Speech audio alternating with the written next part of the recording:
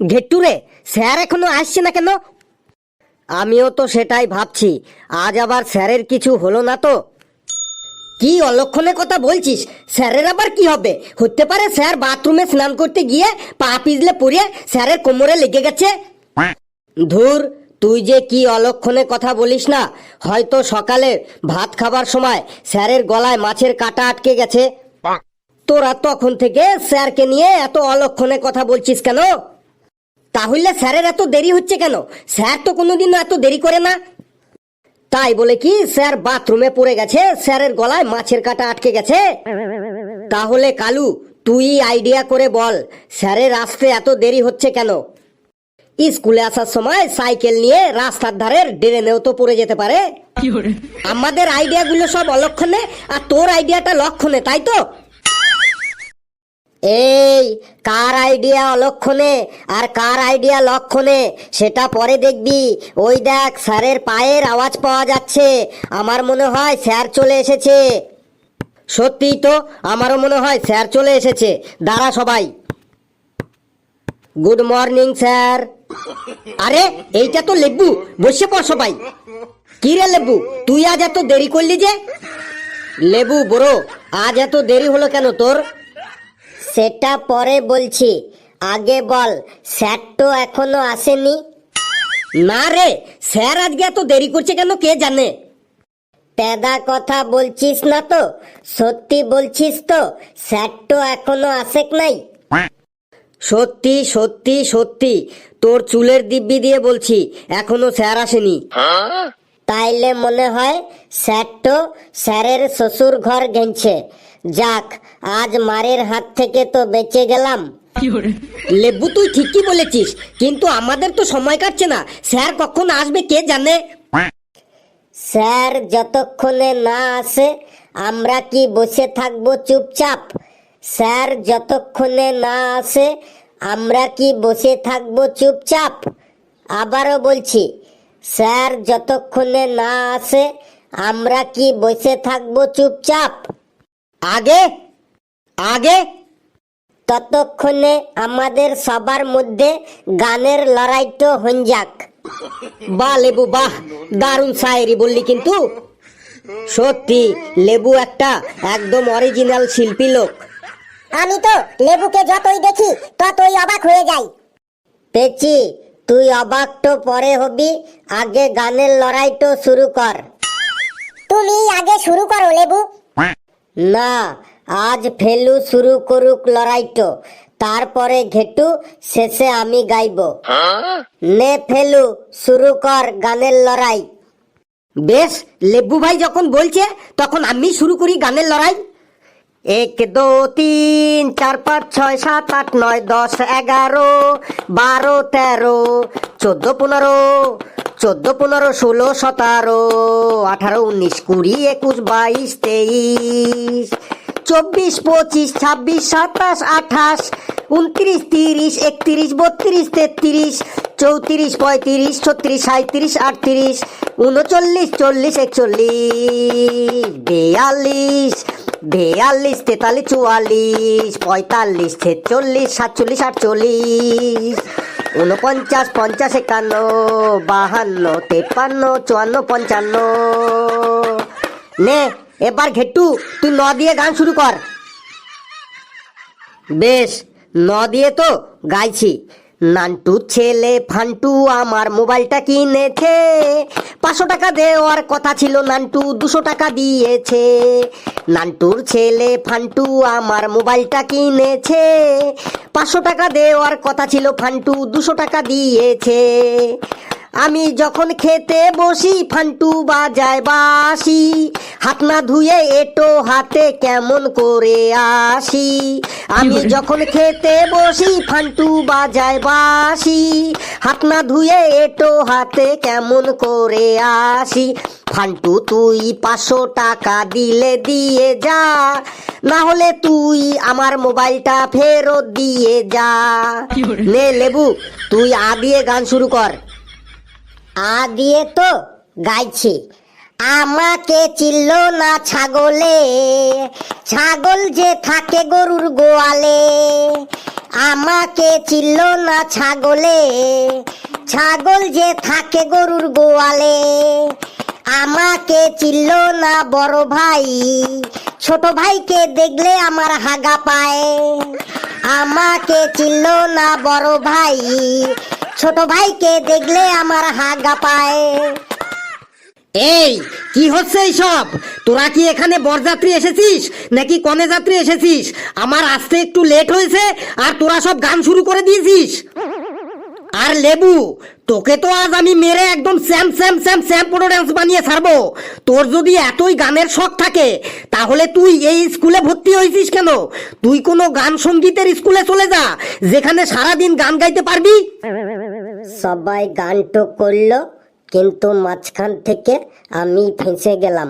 আমার কপালটাই ফাঁসা কপাল, ডেলি ডেলি শুধু ফেঁসে যাই। লেবু, তুই বিড় করে ওসব কি বলছিস রে? কই কিছু বলিনি তো, আমার দাঁতে মাংসের হাড় আটকান গেছে, ওইটাই বলছিলাম। Good morning sir. Good morning sir. Thank you, বসে পড় সবাই।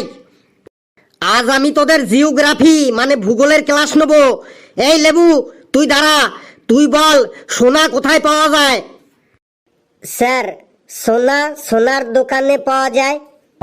ভুল, আমি বলতে চাইছি সোনা কোথায় পাওয়া যায়, ওই সোনার দোকানে সোনাটা কোথা থেকে আসে? সোনার দোকানের সোনাটো সোনার ব্যবসায়ীদের কাছ থেকে আসে, মানে সোনার পাইকারদের কাছ থেকে আসে। আরে আমি বলতে চাইছি সোনা প্রথম কোথায় পাওয়া যায়? স্যার, আমি বলবো সোনা প্রথম কোথায় পাওয়া যায়। বল। স্যার, সেনকো গোল্ডে, পিসি চন্দ্র জুয়েলার্সে আর অঞ্জলি জুয়েলার্সে প্রথম সোনা পাওয়া যায়। এ তো দেখছি আরো বড় মাতুব্বর। স্যার, আমি বলছি সোনা সোনার খনিতে পাওয়া যায়। পৃথিবীর সব থেকে বড় সোনার খনির নাম উত্তর আমেরিকার নেভেদা। একদম ঠিক বলেছিস হাবলু, তুই বস। ঘেটু আর লেবু দাঁড়িয়ে থাক। স্যার, আমিও তো ঠিক বলেছি, সোনা সোনার দোকানেও তো পাওয়া যায় বটে। সোনা প্রথম সোনার দোকানে পাওয়া যায়, তাহলে এরপর আমি যদি বলি চা কোথায় পাওয়া যায়, তুই বলবি চায়ের দোকানে। যদি বলি ডিম কোথায় পাওয়া যায়, তুই বলবি ডিমের দোকানে। যদি বলি দুধ কোথায় পাওয়া যায়, তুই বলবি দুধের দোকানে। তোকে দাঁড়াতে বলেছি, দাঁড়িয়ে থাক, না হলে কিন্তু তোকে মুরগি বানিয়ে গোটা স্কুলটাতে পাই পাই করে ঘোরাবো। ওটাকে কালু নাকি? কালু, তুই দাঁড়া। দাঁড়িয়েছি স্যার। কালু, তুই বল, পৃথিবীটা পাই পাই করে ঘুরছে, কিন্তু তা সত্ত্বেও আমরা সবাই পৃথিবী থেকে ছিটকে পড়ছি না কেন? স্যার, আমাদের সবার পায়ের নিচে চুম্বক লাগানো আছে, তাই আমাদের পা গুলো সব পৃথিবীর সাথে একদম চিপকে আছে, তাই আমরা কেউ ছিটকে পড়ছি না। কোথায় আমাদের পায়ের নিচে চুম্বক লাগানো আছে? তুই দেখা। স্যার, চুম্বকটা আমাদের পায়ের ভেতরে একদম চামড়ার নিচে সেট করা আছে, উপরওয়ালা একদম সেট করে দিয়েছে, আপনি দেখতে পাবেন না। একদম ভুল অ্যান্সার। পেশি, তুই বল, পৃথিবীটা পাই পাই করে ঘুরছে, কিন্তু তা সত্ত্বেও আমরা পৃথিবী থেকে ছিটকে পড়ে যাচ্ছি না কেন? স্যার, পৃথিবীটাও ঘুরছে, পৃথিবীর তালে তাল মিলিয়ে আমরাও ঘুরছি। খুব সুন্দর একটা ড্রাইভার পৃথিবীটাকে চালাচ্ছে, কখনো ব্রেক মারছে না, তাই আমরাও ছিটকে পড়ছি না। যদি ঘুরতে ঘুরতে পৃথিবীটার ড্রাইভার একবার ব্রেক মারে, তাহলে আমরা ছিটকে মিটকে এপার ওপার হয়ে যাব। দেখেছো, আমি প্রশ্ন করেছি পৃথিবীটা পাই পাই করে ঘুরছে, আর আমরা পৃথিবী থেকে ছিটকে পড়ছি না কেন? আর অ্যান্সারে কেউ বলছে পায়ের নিচে চুম্বক লাগানো, কেউ বলছে ড্রাইভার ব্রেক মারা।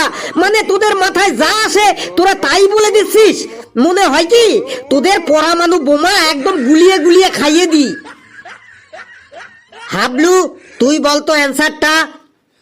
স্যার, পৃথিবীর মাধ্যাকর্ষণ শক্তির টানের জন্য আমরা পৃথিবী থেকে কেউ ছিটকে পড়ি না। বাহ হাবলু, ভেরি গুড। তুই একমাত্র এই ক্লাসটার মান সম্মানটাকে বাঁচিয়ে রেখেছিস। তুই বাড়ি যাবার সময় আমার কাছ থেকে একটা বাবুল কাম নিয়ে যাস। কিরে ফেলু, তুই চুপচাপ ঘাপটি মেরে বসে আছিস কেন? তুই দাঁড়া। বললুন স্যার, আপনার কি সেবা করতে পারি? আমার কোনো সেবা তোকে করতে হবে না, তোকে আমি ভূগোল থেকে একটা 10 নম্বরের কোশ্চেন ধরি। কোশ্চেনটা খুবই ইম্পর্ট্যান্ট, 1956 সাল থেকে পরীক্ষায় লাগাতার চলে আসছে। এত ইম্পর্ট্যান্ট কোশ্চেন স্যার, দেরি না করে তাড়াতাড়ি ধরুন স্যার। নে, তুই সুন্দরবনের প্রাকৃতিক বৈশিষ্ট্যগুলি বর্ণনা কর, কিন্তু মনে রাখিস উল্টো পাল্টা কিছু বলবি না কিন্তু। স্যার সুন্দরবনের প্রাকৃতিক বৈশিষ্ট্য বলছি স্যার। স্যার সুন্দরবন হল পশ্চিমবঙ্গ ও বাংলাদেশের একদম দক্ষিণে অবস্থিত এক গভীর বনভূমি। এই বনভূমিতে প্রচুর সুন্দরী গাছ আছে, তাই এর নাম রাখা হয়েছে সুন্দরবন। এই সুন্দরবনে নানা প্রজাতির প্রাণী বসবাস করে, যেমন জলে থাকে কুমির আর ডাঙায় থাকে বাঘ, হাতি, গন্ডার, হরিণ। হরিণের সাথে সাথে সুন্দরবনে শিয়ালও দেখতে পাওয়া যায়। এই শিয়ালের 4টে পা আছে, কাঁঠাল পাতার মতো 2টো কান আছে, 5 ব্যাটারি টর্চ লাইটের মতো 2টো চোখ আছে, হ্যান্ড ট্রাক্টরে ফালের মতো 32টা দাঁত আছে, ফুল ঝাড়ুর মতো একটা লেজ থাকে, সারা গায়ে পাপোশের মতো লোমে ভর্তি, চালু পড়া মুখ দিয়ে একটা শিয়াল যখন হাঁক ছাড়ে হুক্কা হুয়া, তখন দলের বাকি শিয়ালগুলো চেঁচিয়ে ওঠে কেয়া হুয়া। স্যার কেমন লাগলো সুন্দরবনের প্রাকৃতিক বৈশিষ্ট্যগুলি? তোকে আমি বললাম সুন্দরবন সম্পর্কে বলতে, আর তুই শিয়াল সম্পর্কে বলে দিলি। কেন স্যার, সুন্দরবনেও তো শিয়াল থাকে। বেশ, তুই এবার আন্টার্কটিকা মহাদেশের বৈশিষ্ট্যগুলি বল, এটাও খুব ইম্পর্ট্যান্ট কোশ্চেন।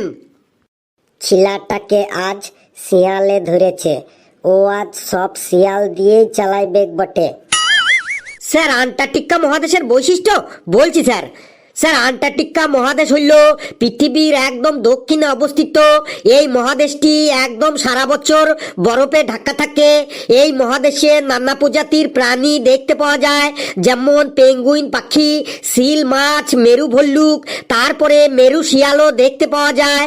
আর এই শিয়ালের 4টে পা আছে, কাঁঠাল পাতার মতো 2টো কান আছে, 5 ব্যাটারি টর্চ লাইটের মতো 2টো চোখ আছে, হ্যান্ড ট্রাক্টরে ফালের মতো 32টা দাঁত আছে, ফুল ঝাড়ুর মতো একটা লেজ থাকে, সারা গায়ে পাপোশের মতো লোমে ভর্তি, চালু পড়া মুখ দিয়ে একটা শিয়াল যখন হাঁক ছাড়ে হুক্কা হুয়া, তখন দলের বাকি শিয়ালগুলো চেঁচিয়ে ওঠে কেয়া হুয়া। স্যার কেমন লাগলো আন্টার্কটিকা মহাদেশের বৈশিষ্ট্যগুলি? যেটো আইডিয়া করেছিলাম সেটাই ঠিক, ছিলাটা আজ শিয়াল দিয়েই চালাইবে বটে। বুঝেছি, এ বেটা সবকিছুই শিয়াল দিয়েই চালাবে, কিন্তু আমিও ছাড়ার পাত্র নই। তোকে আজ আমি জব্দ করেই ছাড়বো, রেগে গেলে চলবে না, ওকে ঠিক তেলিয়ে তেলিয়ে জব্দ করতে হবে। বাবা ফেলু, তোমার মামা বাড়ি কোথায় বাবা? স্যার আমার মামার বাড়ি গোপালপুরে। তোমার মামার বাড়িতে কোনো শিয়াল আছে? না স্যার, আমার মামার বাড়িতে 2টো কুকুর আছে আর একটি বিড়াল আছে, কোনো শিয়াল টিয়াল নেই। বেশ, তাহলে তোমার মামার বাড়ির প্রাকৃতিক পরিবেশের বৈশিষ্ট্যগুলি বলো। এবার দেখি তোর মামার বাড়িতে শিয়াল কি করে আনিস তুই। বলছি স্যার। স্যার আমার মামার বাড়ির প্রাকৃতিক পরিবেশটা খুবই ভালো, চারিদিকে চাষের জমি, উপরে খোলা আকাশ, আর মাঝখানে আমার মামাদের ছোট্ট গ্রাম। দিনের বেলায় মামার বাড়িতে নানান রকমের পাখির কলরব শুনে মনটা একদম ভরে যায়, কিন্তু সন্ধে নামার পর রাত হলেই চারিদিকে ঘুটঘুটে অন্ধকার হয়ে যায়, আর তখনই চারিদিক থেকে শিয়ালের ডাক শুনতে পাওয়া যায়। আর এই শিয়ালের 4টে পা আছে, কাঁঠাল পাতার মতো 2টো কান থাকে, 5 ব্যাটারি টর্চ লাইটের মতো 2টো চোখ আছে, হ্যান্ড ট্রাক্টরে ফালের মতো 32টা দাঁত আছে, ফুল ঝাড়ুর মতো একটা লেজ থাকে, সারা গায়ে পাপোশের মতো লোমে ভর্তি, চালু পড়া মুখ দিয়ে একটা শিয়াল যখন হাঁক ছাড়ে হুক্কা হুয়া, তখন দলের বাকি শিয়ালগুলো চেঁচিয়ে ওঠে কেয়া হুয়া। স্যার কেমন লাগলো আমার মামার বাড়ির প্রাকৃতিক পরিবেশটা? এই বললি তোর মামার বাড়িতে কোনো শিয়াল নেই, তারপরেও শিয়াল এলো কি করে? স্যার মামার বাড়িতে শিয়াল নেই, কিন্তু আশেপাশে তো আছে। নে ফেলু, তুই এক কাজ কর, তুই এবার আমার সম্পর্কে মানে আমার বৈশিষ্ট্যগুলি বলতো, মানে তুই আমার সম্পর্কে কিছু বলতো দেখি এবার তুই আমার মধ্যে শিয়াল আনিস কি করে। ছিলাটা মনে হয় এবার ফেসে গেল, সেক্টর মধ্যে ও শিয়াল কি করে আনে দেখি। স্যার আপনার সম্পর্কে বলবো? এত সহজ কোশ্চেন ধরলেন? কথা না বাড়িয়ে তুই বলা শুরু কর। স্যার আপনার নাম ভান্ডু কুমার দান্ডেকর, আপনি হলেন আমাদের সব থেকে প্রিয় স্যার। আপনি খুবই উচ্চশিক্ষিত, বাংলা, ইংলিশ, ইতিহাস, ভূগোল, অঙ্ক সব সাবজেক্টেই আপনার এত গভীর জ্ঞান, মানে এত গভীর জ্ঞান, তাই আপনি হলেন একজন মহান পণ্ডিত মানুষ। মানুষের মধ্যে যার জ্ঞান বেশি থাকে তাকে বলে পণ্ডিত, আর পশুদের মধ্যে শিয়াল চালাক বলে শিয়ালকেও বলে শিয়াল পণ্ডিত। আরে শিয়ালের 4টে পা আছে, কাঁঠাল পাতার মতো 2টো কান আছে, 5 ব্যাটারি টর্চ লাইটের মতো 2টো চোখ আছে, হ্যান্ড ট্রাক্টরে ফালের মতো 32টা দাঁত আছে, ফুল ঝাড়ুর মতো একটা লেজ আছে, সারা গায়ে পাপোশের মতো লোমে ভর্তি, চালু পড়া মুখ দিয়ে একটা শিয়াল যখন হাত ছাড়ে হুক্কা হুয়া, তখন দলের বাকি শিয়ালগুলো চেঁচিয়ে ওঠে কেয়া হুয়া। স্যার কেমন লাগলো স্যার আপনার সম্পর্কে? এই তুই থাম, আর নিতে পারছি না আমি, তোকে আর শিয়ালে ধরেছে, শিওর তোকে আর শিয়ালে ধরেছে। এই তোরা বস, আমি যাই, খুব জল তেষ্টা পেয়েছে আমার। কি সাংঘাতিক রে। বন্ধুরা ভিডিওটি কেমন লাগলো আপনারা কমেন্টসে জানাবেন, আর ভিডিওটি লাইক করবেন, যত পারেন শেয়ার করবেন, আর চ্যানেলটিকে সাবস্ক্রাইব করিয়ে আমাদের সাথেই থাকবেন। হাসতে থাকুন, সুস্থ থাকুন, যত বেশি হাসবেন তত বেশি সুস্থ থাকবেন। আর একটা শিয়াল যখন ডেকে ওঠে হুক্কা হুয়া, আর পালের মানে দলের সব শিয়ালগুলো চেঁচিয়ে ওঠে কেয়া হুয়া।